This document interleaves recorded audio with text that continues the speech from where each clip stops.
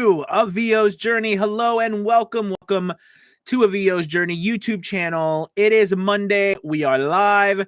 This channel is all about helping the new and upcoming voiceover artists grow their business and sidestep all of the crazy things I seem to step on. I am your host, Anthony Pica, and it is great to be alive and just having a blast here in the studio on Monday. Today's topic is an exciting one and a challenge, but I think it's a way for you to make some extra money in voiceover. And this was actually a topic that was in our group, excuse me, our Facebook group, and it was presented the end of last week, maybe this weekend. But the topic today is some tips and tricks on how you can video sync as a voiceover artist and offer that service, and to do that faster and easier than you might have been able to do before. When I first started, I had got a job doing a video sync job, and it was a challenge.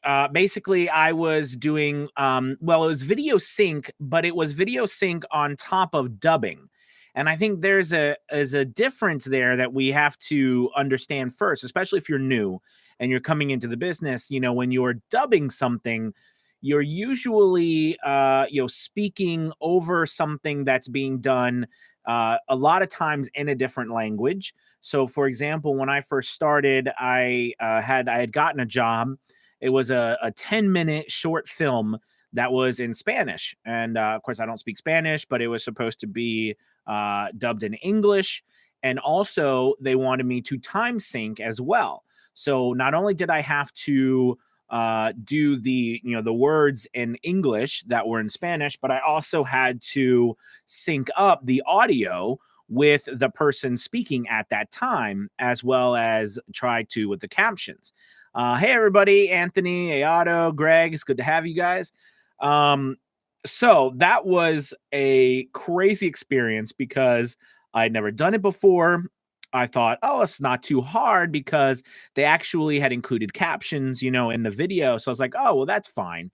And I have to tell you, it was at the time when I did it, it was so difficult. I spent so long on it, hey, Paul, that it drove me insane. And from that moment on, I decided that I wasn't going to do dubbing or time sync pieces of work unless someone paid me a lot of money. So with that being said, I've continued on since then. And as I've come to find out, hey, Alden, more and more people want this service, and more people are asking for the ability as a voiceover artist to, in this case, act a little bit more like a production studio, because they want us to take a video or raw film that they've created. They want us to get music on our own, do the voiceover, take the video, sync it to whatever parts there are on there that they want, whether it's words on the screen, whether it's someone talking, like I said, in dubbing or something. But hey, Steve, thank you.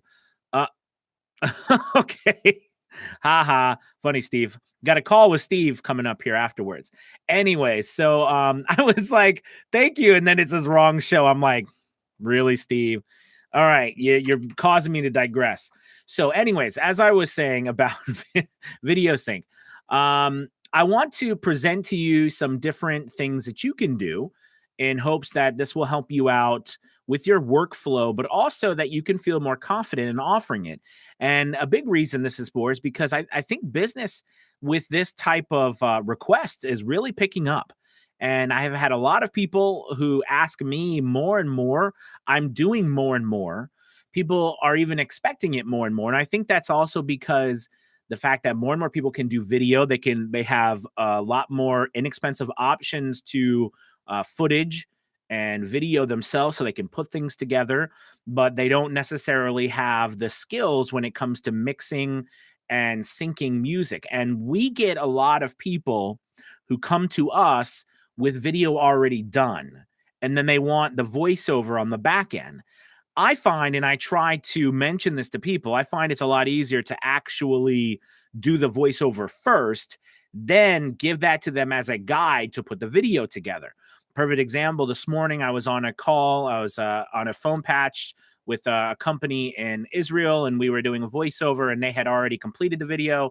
And we were speaking about that, how, in the future, working together, they'll get the voiceover first and then do the video, just because it's a lot easier to match up the video with the voice and the cadence instead of trying it the other way around. However, we are, as professionals, going to be asked if we can do that. So let's dive into some things that you can do to do this. Okay. So first off, what you usually get is you're going to get a script.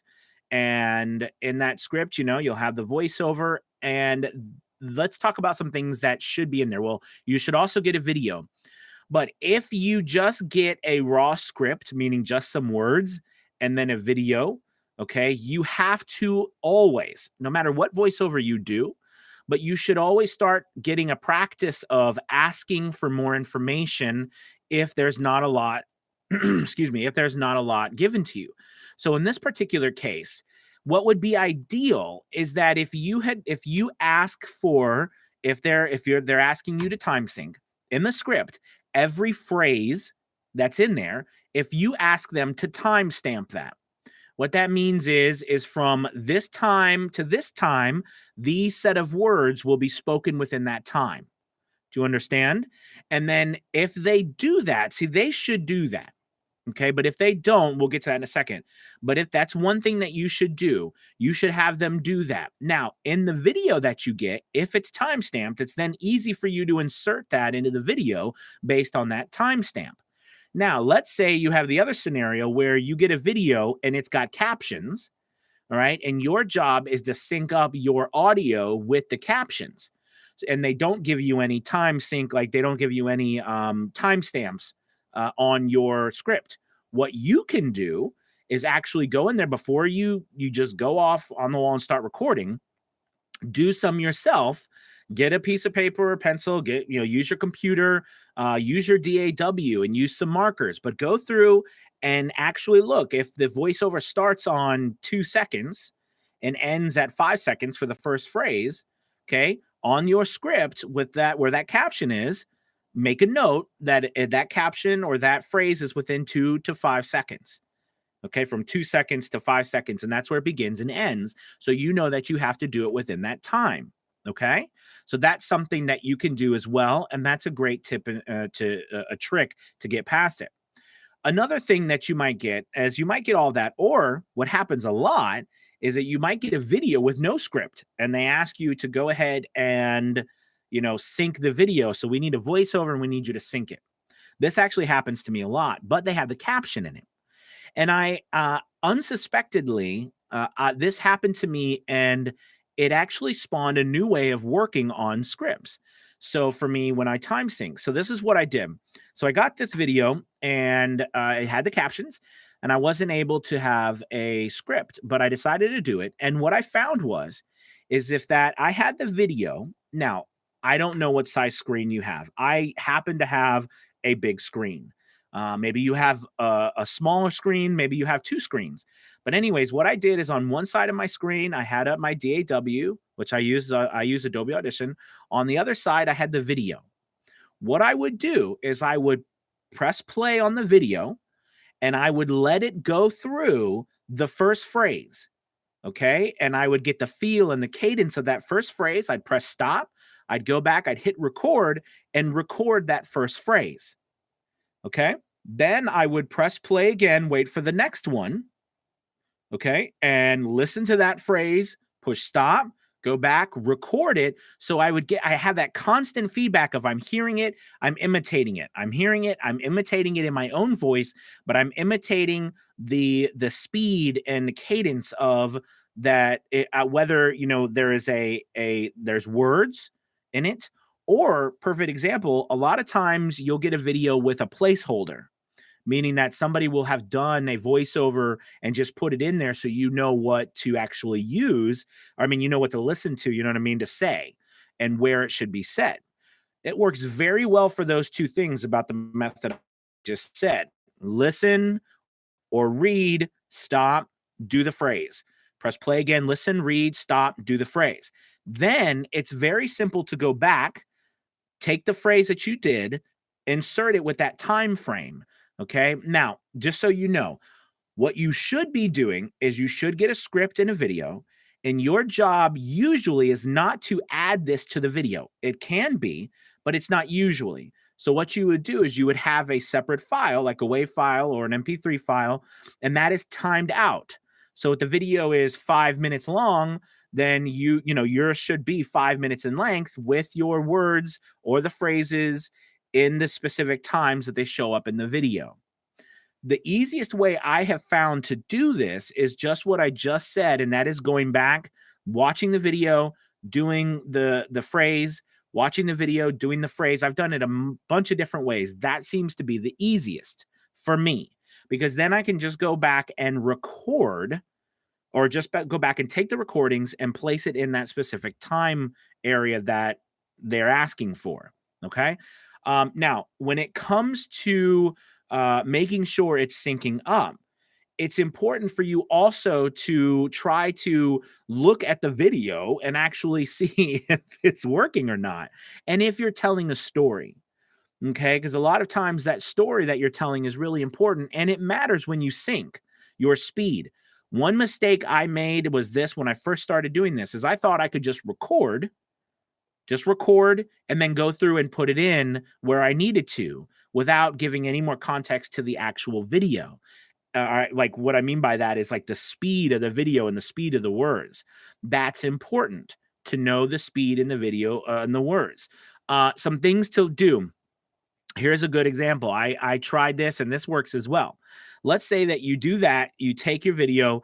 One thing I usually do is, if it's not spoken, I mean, let me say this. If you get a video and the words, or I mean the music, there are no spoken words, like there's no placeholder, it's just music with captions.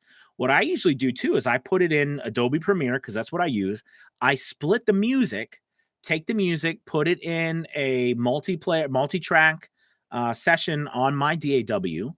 And then what I do is, using that, it makes it easier for me because I just sync up. I put my track that I recorded above, and I sync up the audio while I'm watching it on my screen, because it allows me to actually watch the video play while I can actually edit in Adobe Audition. So that's a really cool feature that I use too. Whether you use Reaper or Pro or whatever you're using, Audacity doesn't have that ability, I don't think, but some other programs might have that. But that's another trick that I've used as well. I did want to address the concern about price. If you do this, this is clearly a lot more skill and ability and practice and trial and error required to do this well, which means you should be charging more for this. Now, what you charge is always, because as I always say, is based on what you believe you should charge. And this is this is like really more of a media company, a production company, music company kind of thing. Whereas, on rate guides and so forth, you won't necessarily find it a lot, because this is more of a job that's not necessarily normally done by voiceover artists. However, we are being asked to do it a lot. And I think you'll be leaving business on the table if you don't offer it.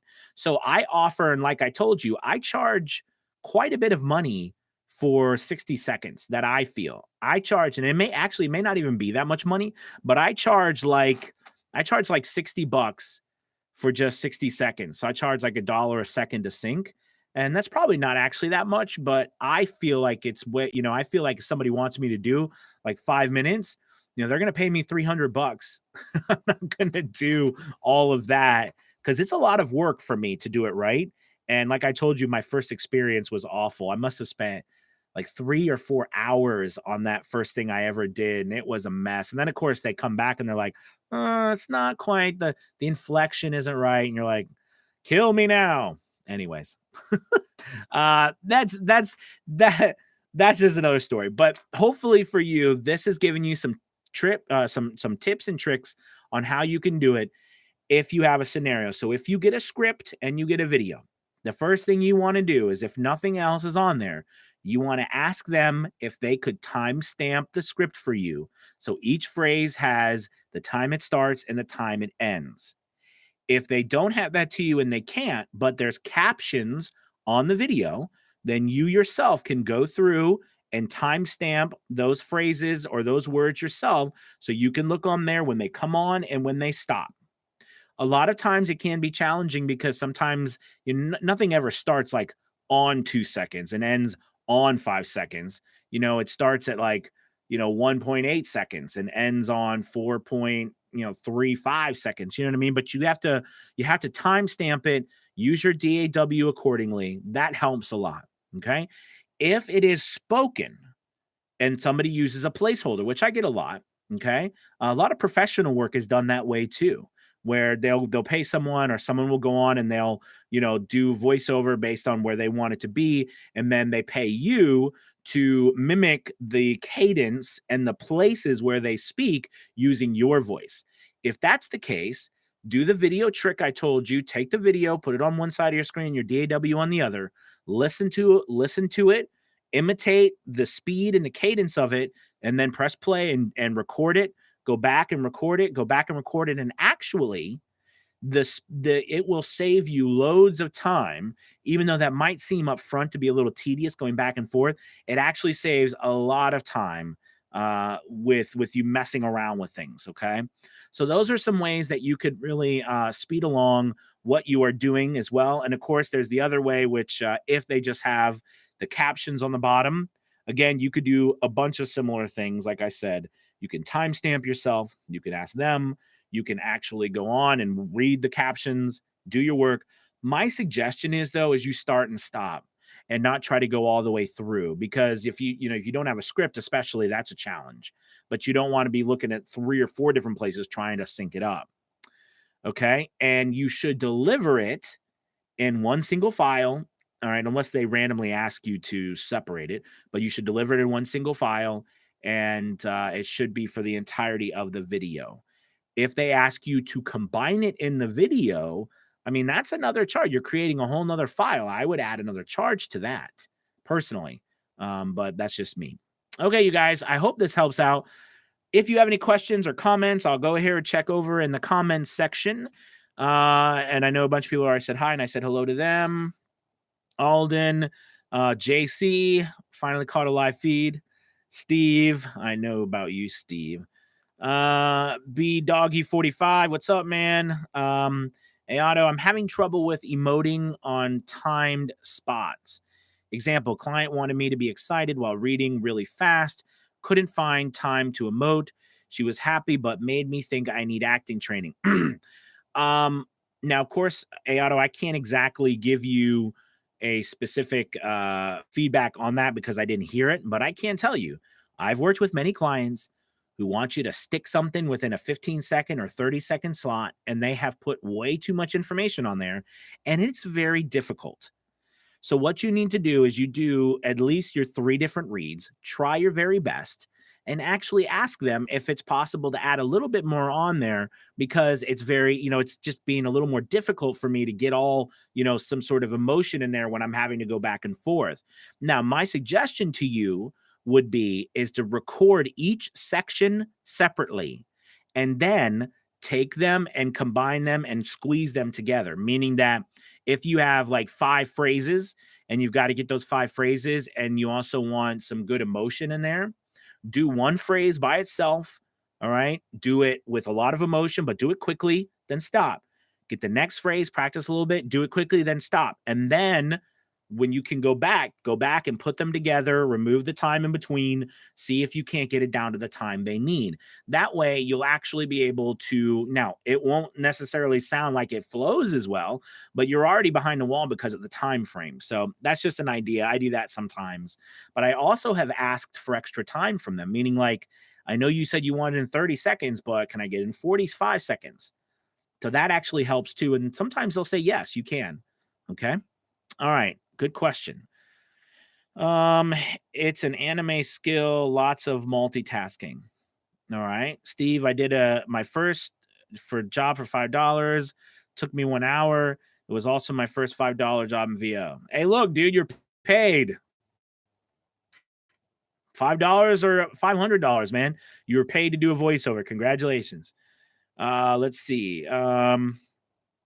Greg just ordered my equipment yesterday. Awesome, Greg. You have to keep us posted on that. Steve, is it okay just to say, I'm sorry your video is too short for the amount of words you've given? Yeah. Just remember, guys, I mean, we want their business, but at the same time, a lot of them probably don't even know what they're doing necessarily, especially if we're new. A lot of times, just because of the way it is and the platforms we go on, we're going to be working with new people as well, at least new people in areas that don't have the skills. Like if they're coming to you to do time sync and these things, then they clearly don't have a studio themselves, that they don't have people to do it, and they're asking you, which means they're not going to necessarily know. So we don't want to necessarily give them like a hard, no, we won't do this unless you do XYZ. But it's nice to maybe try to help them through the process. Okay. And that also will help you build a long-term customer. Just overall, just be better if you actually try to help them and say, yeah, I'd love to help you out. I was looking over the video. I don't think this is going to fit. Could we try this? Maybe a little bit longer. Have you thought about this? I'll give it a shot. Send it to you. Listen what you think. I think if we do the X, you know what I'm saying? Like, help out. Don't just give them an ultimatum, because then, they'll feel like, well, do they really want to work with me? All right. Let's see. Okay. Thanks. I wasted hours. Alden, I have not done any time sync jobs yet. This is very helpful. Anthony, thanks. No problem, man. JC showed my wife your videos. I was like, this guy 2 years ago is just part-time like me. Now he's a 6-figure VO pro. She was like, wow, maybe you need to listen to more of his videos. That's funny, JC. I like her. She sounds like she knows what she's talking about. No, but actually, JC, with what you said, this is something that I want to tell you guys, and I really believe this from the bottom of my heart. Because of all of these extra things that I've spent, and I'm sure you have too, but we've spent a lot of time putting effort into. And if you've not, I'm just telling you, because I learned how to do multiple things, it has helped me grow that much faster, because I've been able to offer more to people as more of a whole production company, as opposed to me just offering voiceovers. I'm not saying that you need to do all that other stuff. I'm just telling you what worked for me, and what's helped me grow extra fast is being able to offer mixing, being able to offer music, being able to offer video syncing, being able to offer formatting, being able to offer editing of other people's work, like other voiceover artists' work, formatting audiobooks, not me doing them just myself, but formatting other people's audiobooks. Okay. Helping people format podcasts, helping people do intros and outros, whole entire podcasts, adding music with times and syncing and things like that. I mean, the more you can do, the more someone is going to be ready to work with you when they need all of those things done. Because voiceover, think about it, you guys, is just one part. It's a vital part, but the more you can do, the more people will work with you. All right. Greg, all tomatoes. All right, you guys, thank you so much for watching today. Oh, real quick, make sure you hit the like button. Like. I do that for Greg now. Like. Hit the like button for me. I really appreciate it. Also, if you could take some time to subscribe, hit the notification button. I appreciate it. Oh, and I got some really cool news. Friday. So as you guys know, if you haven't heard, I do a podcast called the VO's Journey Podcast. And, I try to do it 3 times a week.